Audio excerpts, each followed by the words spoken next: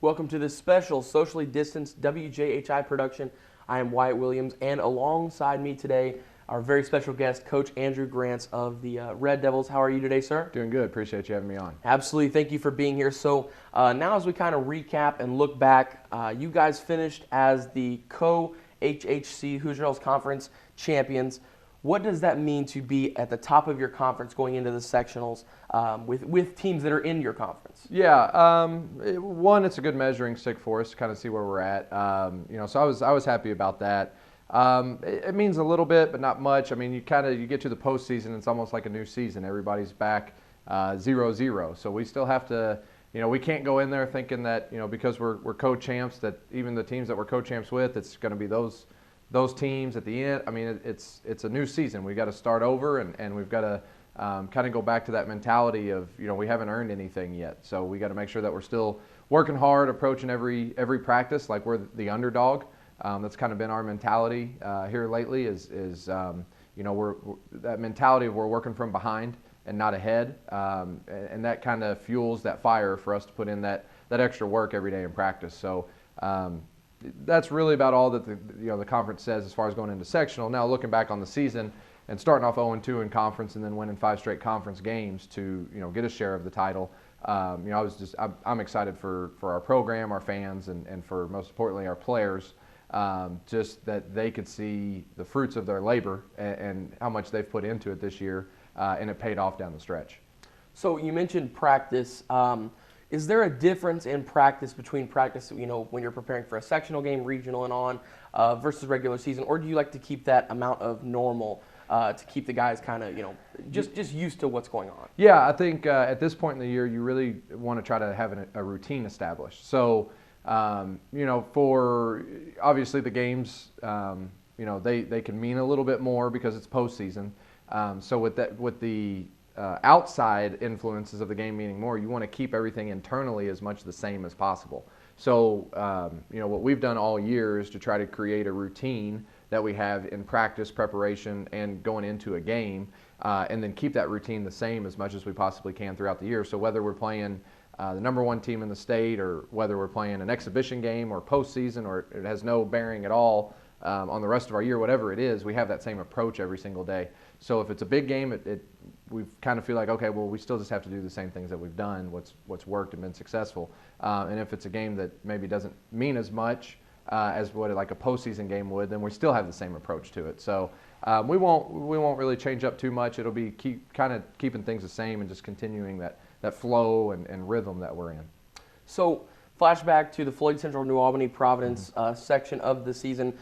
You guys suffer a couple of close losses there, dropped to I believe it was 3-5, correct? Mm-hmm. Since then, a complete and full turnaround. You guys fell 5 points short to the number 1 team in the state at the time in Lawrence North, playing at their house, and that's been your one loss in the last 9 games. Yep. And it's not a bad thing to lose to that team there. Right. So what has been that big turnaround? It's been a big mixture of things. Number 1, Jaylen Fairman coming in has helped the team tremendously. Just as far as his ability, he brought a kind of a toughness and a grit, and he's a little bit more of a vocal leader.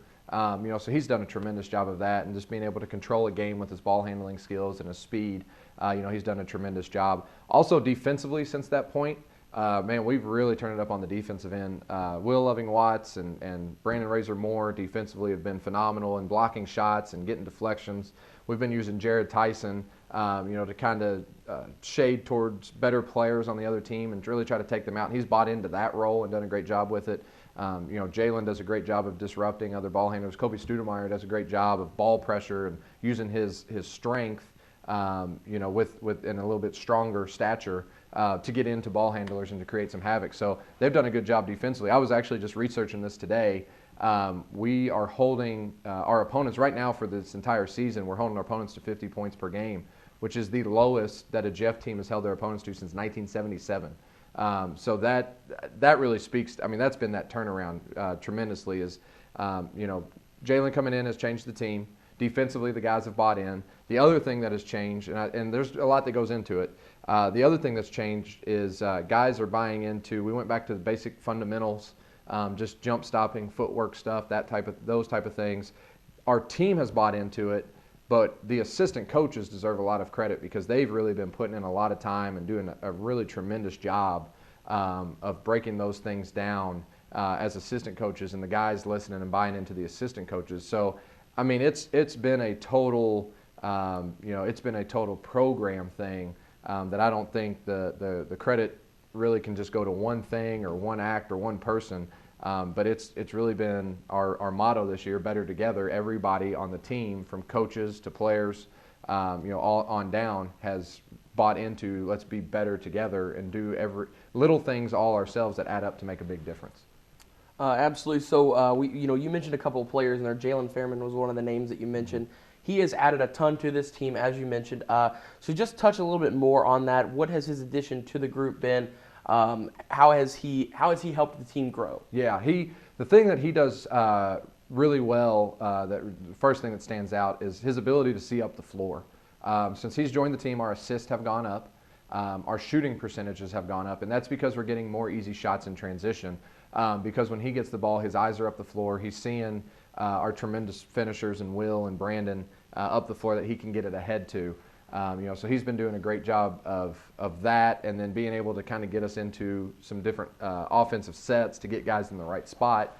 So he's really added that, to our team, and then his ability, because of his quickness, not just passing it ahead, but being able to attack in transition. So that's opened up stuff for himself, but also our other guys. It's freed them up to where they don't necessarily have to work so hard to find their shots, but he's able to get guys shots in the right spots. So you mentioned several names there: Brandon Razormore, Will Lovings-Watts, and even Jaylen Fairman. Still talking about that. As we move into sectionals, many of those guys have not played in sectionals over the last 2 years here in Indiana. So what does it mean to kind of have a fresh restart with them? As well as there's not going to be many fans, of course. Yeah. What is the atmosphere going to be like for that? Yeah, it'll be a little different. I mean, you talk the gym up there in Seymour that holds 8,000. It's I still think that we're going to be able to get. I think they're doing 2,000 fans per school, so it's not going to be a packed house. It'll be about half. Sure. It'll be a little bit different atmosphere, but every single game that we've played this year has been a little different atmosphere. So by this point, it's just. But we talked to them. It's about controlling things you can control. Not worrying about the things out of your control, like number of fans or what crowd size or anything like that. We can't control that stuff. But for some of those guys that weren't in this program last year but are now, we're still continuing to say the same things, that at the end of the day, and I challenged them to this about a month ago, and I asked them what their definition of success was. And a lot of them said winning. And to me, winning is a byproduct. What I challenged them to is their definition of success needs to be what's your full potential and how close are you coming to playing to your full potential every single time you step on the floor. If you do that, you will win a lot because your full potential is tremendous. But if you're only focused on winning, you'll drive yourself nuts being so results based. You've got to focus on the process of trying to reach your full potential every single day, and then the winning will take care of itself. So whether it's a new group that maybe hadn't been there before, whether it's sectionals or first game of the year, we're now taking that approach, and we've got to continue to have that mindset. So as we look forward to sectionals, there is, you guys open up against Jennings County on Tuesday night, and they're a very interesting team. They're a team that has the roller coaster up and downs. They're a team that can come in and beat some of the very best, and then on the other night look like a completely different team. You guys did beat them by 29 points just a week or so ago. How important is it to take a team like that has the ups and downs seriously so that you don't get caught up in that? Yeah, I mean, you got to take everybody serious in the postseason. Jennings County is a dangerous team, and yeah, they came in here and we had a good win that night, and was very proud of our guys' effort and how they played. But they're a team that when they get hot and are starting to make some shots, and they've got a big man inside that can finish and do some really good things, and so when they get hot and start making outside shots, they're very tough to defend. Because you can't help off, so now you get the big man one-on-one in the post, and then if he's scoring, then you're like, well, I got to double somewhere, but then if they're kicking out to guys that are knocking down shots, they become very dangerous. So, that's a team that you got to come in ready to go from the start, because if they see a few go in and they start making shots, then you're in for a long night against them. And what really makes them dangerous is that they have multiple guys that can shoot the ball and get hot at any time. But then it's just tough because you can't get too spread out on them because they got a 6'8" guy they can throw it into that can go finish. So, our challenge is going to be for our guys to not be complacent with what they've done before. But again, that goes back to what we just said. If we're measuring ourselves based on a previous win, then we're not going to push ourselves to our full potential that day or in our preparation for that game. So we're selling ourselves short. So that's not success. So that's the mindset that we've got to continue to have. Absolutely. So following that, you guys match up against Floyd Central. That is an interesting game as well because you guys have already played them twice this year. So what are you looking forward to in that game? Yeah, it's going to be we are a completely different team, than the last time that we played them. So that's going to be a little bit different. Hopefully we get to that point. We're not going to look too far forward, but really, let's see, Floyd and New Albany were our first two conference games before Jaylen came in and before we made any of the changes that we had just talked about earlier. So those two teams won't see the same Jeff team that they saw early in the year. Everybody else in the sectional has already played the team that we currently are. So for us right now, we're looking at Jennings County and what we need to take care of there, and we'll prep ahead because you always got to be ready. And every team in the state's doing this. Is you'll prep ahead and you'll have your scouting reports ready to go for the rest of the week. But right now we're just talking about Jennings and what we need to do to get that first victory under our belt because you can't win anything in the postseason unless you take care of that first game.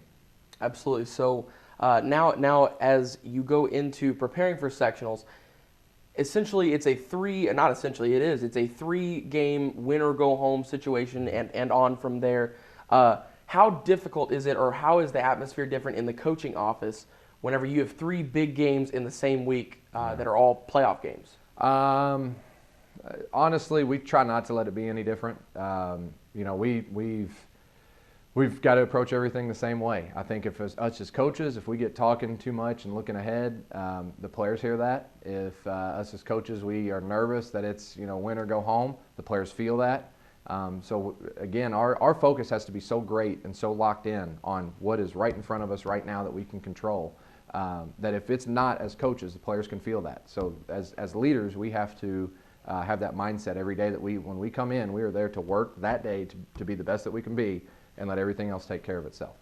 So you mentioned that the players can feel your nerves. Can you as the coaching staff feel the players' nerves going into the games? Oh yeah, for sure. I know. And nerves are a good. I mean, nerves are a good thing. I forget. There's it might have been Jack Nicklaus maybe that said it. And butterflies are a good thing. You just got to get them all going in the same direction. Sure. So yeah, I mean the Madison, we had an opportunity to go in there and get a share of the conference championship. And you could kind of feel it a little bit early on, like, hey, this is a big game. It means a little bit something here. We really want to win. And those nerves aren't a bad thing. It's more of the, I don't want to say anxiousness, but maybe anxiousness of just wanting to win. I mean, any competitor is going to have that. So yeah, you could feel it a little bit. And it's just getting that focus back on what we've talked about, those things that you can control, and just, controlling your breathing, taking that deep breath, getting refocused and going from there. So, but yeah, you could definitely feel that. If you have any kind of pulse for your team, I mean, that's where that coach-player connection comes in. You got to know your players. You got to know your team. What's normal for your team every single day when they're playing well, and then you kind of see maybe a change in that a little bit. So you adjust from there. But the guys have been doing a great job, and they come in every day. I've been just impressed with just how they've been working over the last couple weeks. I mean, we don't have to spend a whole lot of time on drills, and we told them, especially this time of the year, we shorten everything. Practices are a lot shorter. We're not going as long, but the intensity doesn't change. And if anything, I think our intensity the last couple of weeks has increased because they know that we're going a shorter amount of time, so they're really getting a lot of good repetitions in right now. So it's essentially important to have that moment where you can connect with the players. Mm-hmm. Yeah. So also now as we talk, looking around the conference, at this moment on February 26th, you guys go to play Castle and Jennings County will go to play Madison. And that is a big thing to mention Jennings County here, because I don't know the numbers on this, but this could possibly be the first time we ever have a 4-way tie in the Hoosier Hills Conference, because we've already got a 3-way tie. That's a guaranteed between Floyd Central, New Albany, and Jeffersonville. So what does that speak about the conference, how competitive it is across the board, that 4 teams have a shot to come away with the title? Yeah, I mean, this has really been a year where a lot of the teams have just kind of beaten up on each other, and you don't see that very often, but this has kind of been a unique year in that way. And then the majority, I mean, all those teams are in the sectional, so I mean, if you look at the sectional, it's the same way. You know, to have a 4-way tie is just crazy to me, that could work out that way.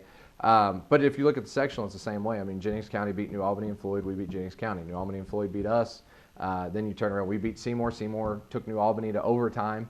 You know, so I mean, it's everybody's just kind of has beaten up on it. And even Madison's played a big outlier in that. Madison went on. They beat New Albany at New Albany. Yeah, exactly. So I mean, it's just usually, you know, your 2 loss teams aren't going to win a conference title. You probably have one and 1 loss and you win, but then to have 4 at 2, it's just been a crazy year. But it kind of shows you the balance at conference at times. I also do think that it speaks to the pandemic.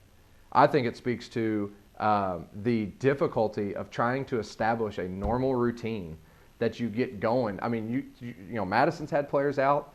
We've been on quarantine. I know Floyd's had some players out. I'm not sure about New Albany, but I believe so. I know Jennings has had some you know, not necessarily issues, but a couple players here or there. I know Columbus East had. I mean, it's just been. So I really do think a lot of it speaks to the pandemic year. You're not getting the same team every single game. There's some games where you might be without a player or 2, or maybe a player missed a practice or 2 because of contact tracing or whatever it might be. So the inconsistency this year with the pandemic, I think, has caused a lot of this as well.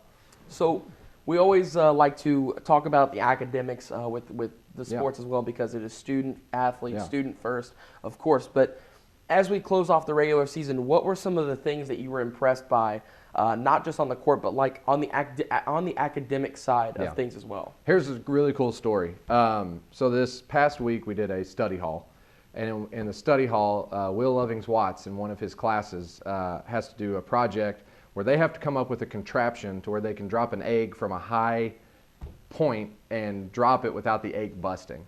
And it was really cool. So he's asking me, he's asking the manager, some of the other players, like you know, you could tell he cares about academics because he's really wanting to do well on this.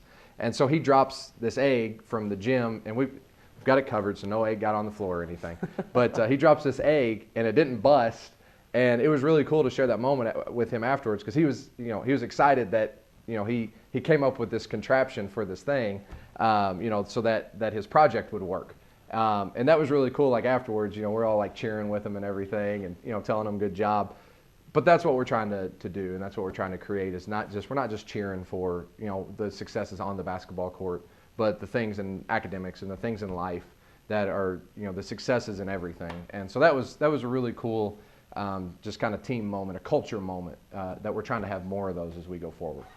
So I want to thank Coach Grantz for a great interview. Best of luck next week in sectionals and beyond, of course. Yeah, appreciate it. Thank you. Absolutely. And this has been a special socially distanced WJHI production. Thank you for watching.